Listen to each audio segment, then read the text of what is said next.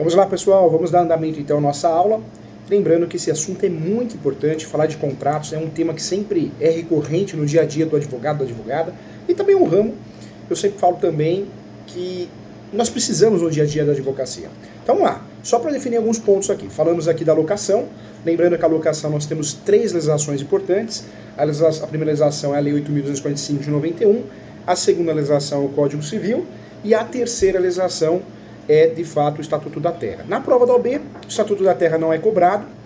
O que cai na prova da OAB, de fato, é o Código Civil, a locação do Código Civil, que aparece em contratos em espécie, e também cai na prova da OAB, é importante dizer, a Lei 8.245. Normalmente as perguntas são baseadas nas obrigações dos locadores e locatários, as garantias, que nós já conversamos sobre isso, as espécies de locações, conversamos também sobre a locação por temporada, a não residencial, a residencial, as ações locatícias. Então é aí que nós temos que nos preparar para conseguir ir muito bem na prova, né? A gabaritar a prova.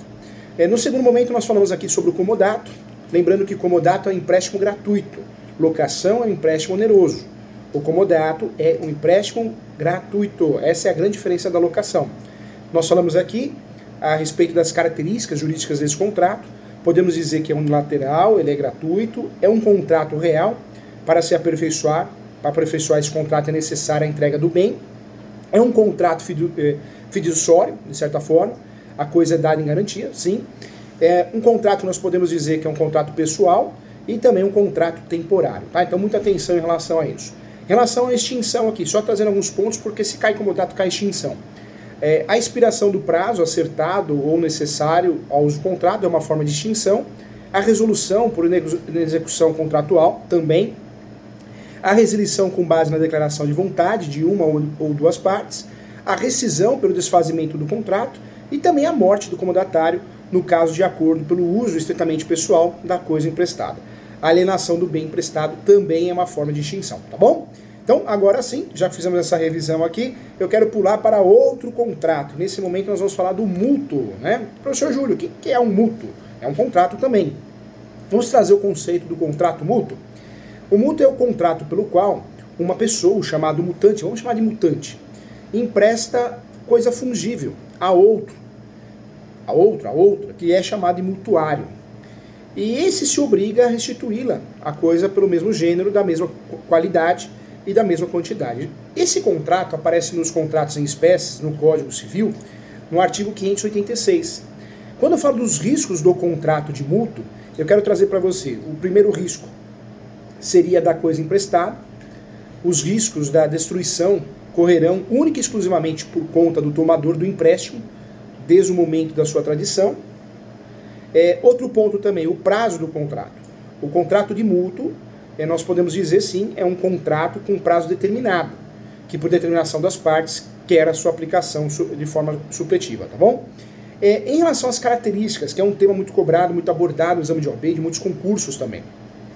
As características jurídicas do contrato de mútuo, vamos trazer aqui que é um contrato real, se aperfeiçoa com a entrega do bem, é o contrato unilateral, somente uma das partes ofere vantagem, é um contrato gratuito ou oneroso, que pode ser um mútuo feneratício, como é chamado, é também um contrato temporário, tem que ter prazo estipulado, e outra característica muito importante, objeto de prova, é um contrato translativo de domínio, conforme artigo 587. Isso quer dizer autoexplicativo, não é um contrato que tem muitas regras impostas, não. Em relação aos requisitos desse contrato, o que eu quero trazer para você? Que para contratar um mútuo é necessário que as partes sejam capazes. O mutante tem também de ser apto a dispor da coisa emprestada. E o mutuário deve ser habilitado a obrigar-se, sim. O mútuo é feito a menor, e aí vem a exceção, sem prévia autorização do representante legal, não pode ser reavido nem do mutuário, nem dos seus fiadores. É uma regra importante também que nós temos que levar para a prova da OAB. O grande objeto desse contrato, podemos dizer sim, é um empréstimo de consumo que requer que o objeto seja fungível, tá? Então a grande diferença do mútuo para o comodato, o objeto é fungível, ou seja, o bem é móvel para que possa ser substituído por outro da mesma espécie, qualidade e quantidade. Então vou trazer um exemplo aqui.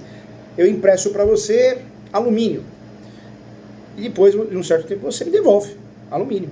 Eu ajudei, trabalhamos talvez com alumínio, o mesmo serviço, uma serraria, algo nesse sentido, a mesma coisa poderia ser um marceneiro. Então acontece nessa situação. Então importante aí. É um tema importante para a prova da OAB, a prova da OAB gosta desse assunto, então vamos tratar também da extinção do mútuo. O mútuo se extingue quando, professor Júlio? Eu vou trazer aqui os pontos, então presta atenção aqui, tá? Vamos lá, vamos juntos. Para expiração do prazo convencionado pelos contratantes, é um motivo de extinção. Então, podemos dizer sim que a primeira forma de extinção do contrato do mútuo é pela expiração do prazo convencionado pelos contratantes. A segunda forma, ocorrência dos casos previstos no artigo 592, também pela resolução contratual fundada no descumprimento do convencionado e também pela resilição unilateral por parte do vendedor. E não podemos esquecer pelo distrato, né? O distrato também é a base contratual da extinção desse contrato também, tá bom? Tranquilo, um contrato fácil, se cair vai cair isso e nós vamos acertar. Eu estou preparando você para gabaritar e vai gabaritar a prova assim.